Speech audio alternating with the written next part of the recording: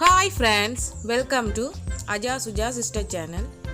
இன்றைக்கு நான் உங்களோட பகிர்ந்து கொள்ள போற காணொளி கடலைப்பருப்பு சுசியம். கடலைப்பருப்பு சுசியம் எப்படி செய்யறதுன்னு பார்க்கிறதுக்கு முன்னாடி எனது சேனலை சப்ஸ்கிரைப் பண்ணாட்டி சப்ஸ்கிரைப் பண்ணிக்கொள்ளுங்க.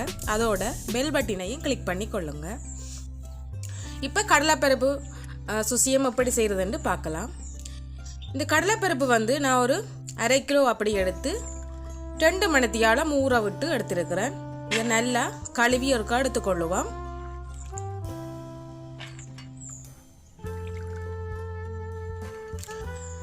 கழுவி எடுத்துட்டு இப்போ ஒரு பானையில போட்டு அவிய வைக்க போறோம். இது அவியறதுக்கு தேவையான அளவு தண்ணி விட்டுக்கொள்ளுவோம். இப்போ மூடி அவிய வச்சு கொள்ளுவோம்.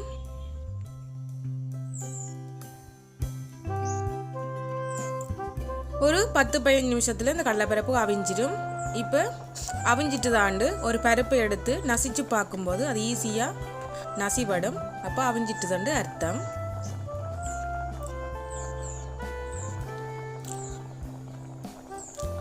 இப்போ கடலைப்பருப்பு நல்லா அவிஞ்சிட்டு நாங்கள் வடித்து எடுத்துக்கொள்ளுவோம். இன்றைக்கு நான் சுசியம் இடித்து தான் செய்து காட்ட போகிறேன். இப்போ ஒரு உரல்ல கொஞ்சம் கொஞ்சமாக கடலைப்பருப்பு போட்டு இடித்து எடுத்துக்கொள்ளுவோம்.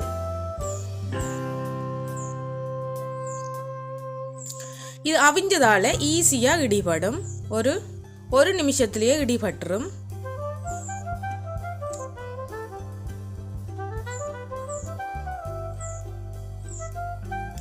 இது நல்லாவே இடிபட்டுட்டுது. இப்போ இறக்கி எடுத்துக்கொள்ளுவோம்.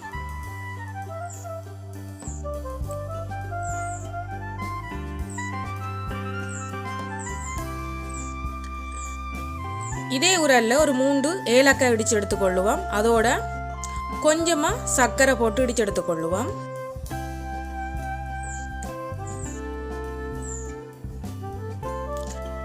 கொஞ்சமா சீனியும் போட்டுக்கொள்ளுவோம். அதோட உப்பும் சேர்த்துக்கொள்ளுவோம். இப்ப மிச்சம் இருக்கிற கடலைப்பருப்பையும் அதோட போட்டு இடிச்சு எடுத்துக்கொள்ளுவோம்.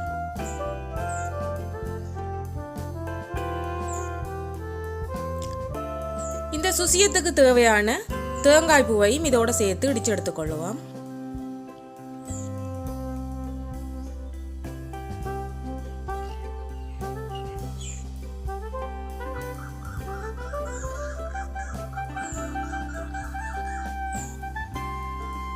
இப்போ மிச்சம் இருக்கிற தேங்காய் பூவையும் சேர்த்துக்கொள்ளுவோம்.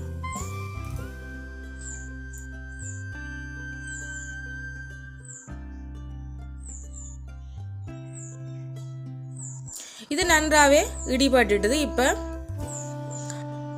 இறக்கி கொள்ளுவோம்.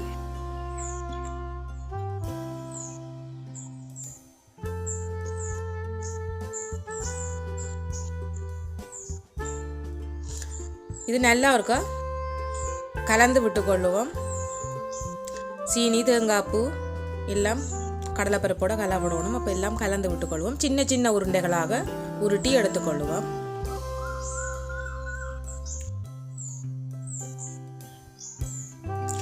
இந்த சுசியம் நாங்கள் கடலைப்பருப்பை இடிச்சிட்டு கலந்தும் செய்து கொள்ளலாம்.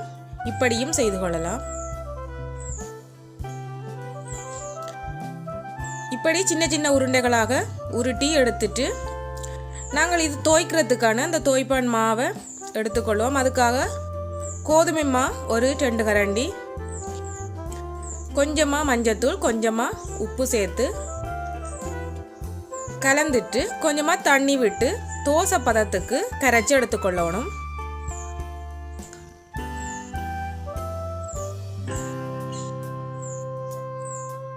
இப்போ அடுப்பில் சட்டி வச்சுட்டு எண்ணெய் நல்லாவே கொதிச்சிட்டுது.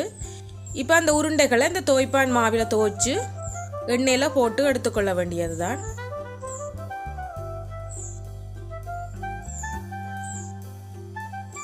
பைட்டம் பலகாரம் எல்லாம் செய்வோம்ல, அது மாதிரி தான் இப்படி துவைச்சு எடுத்து எண்ணெயில் போட்டுக்கொள்ளணும்.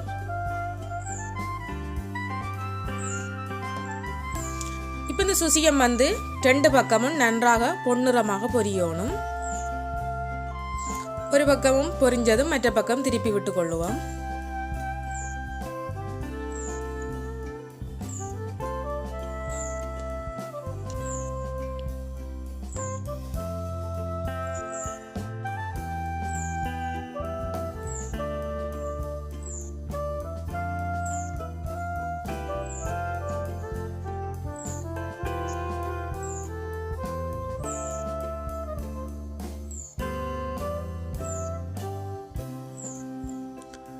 இந்த சுசியம் வந்து நல்லாவே பொரிஞ்சிட்டுது. இப்போ நாங்கள் இறக்கி எடுத்துக்கொள்ள வேண்டியதுதான்.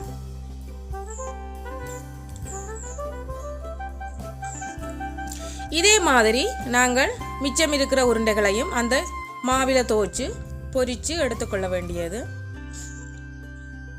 இந்த சுசியம் செய்கிறது மிகவும் இலகுவானது. எல்லாருமே விரும்பி சாப்பிடுவாங்க. இனிப்பு கண்டா எல்லாருக்குமே விருப்பமாக இருக்கும்.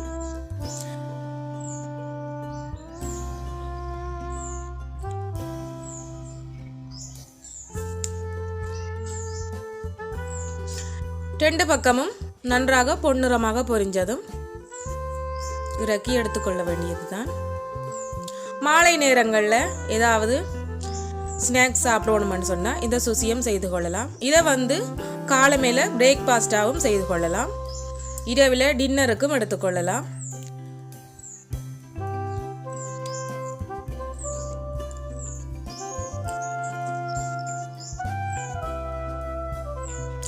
ஓகே ஃப்ரெண்ட்ஸ், உங்களுக்கு இந்த கடலைப்பருப்பு சுசியம் செய்முறை பிடிச்சிருக்குமென்னு நினைக்கிறேன். பிடிச்சிருந்தா எனது காணொளிக்கு லைக் பண்ணுங்க, கமெண்ட்ஸ் பண்ணுங்க. அதோட என்னோட சேனலை சப்ஸ்கிரைப் பண்ணாமல் விட்டுடாதீங்க, சப்ஸ்கிரைப் பண்ணிக்கொள்ளுங்க.